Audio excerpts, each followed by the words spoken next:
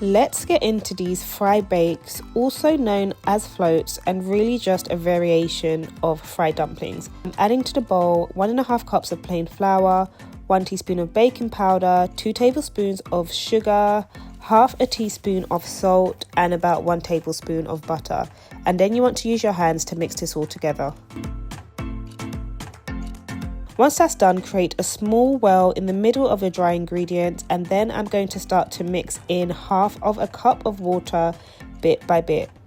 Whilst you're mixing it in bit by bit, you're kneading your dough, you're adding a bit more water, and then you're kneading your dough until you start to get to the sort of texture that we're after.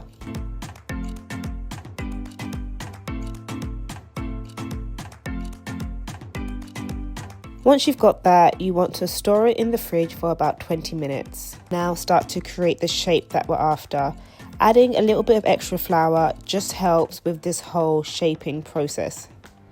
So I start off by tearing it and rolling it into balls, and then you just want to flatten it using a rolling pin or really anything that you can find in the kitchen. Now I've got my wok and I heat up enough oil to deep fry this dough. You want to get your oil on a medium temperature and then you drop in your dough. You'll find that after about 1.5 minutes it starts to float to the top, and well, that is why it's also called floats. At the point where it's floated to the top, that's when you want to flip it over, and then again you cook it on the other side for a further 1.5 minutes. Now this is commonly eaten with saltfish.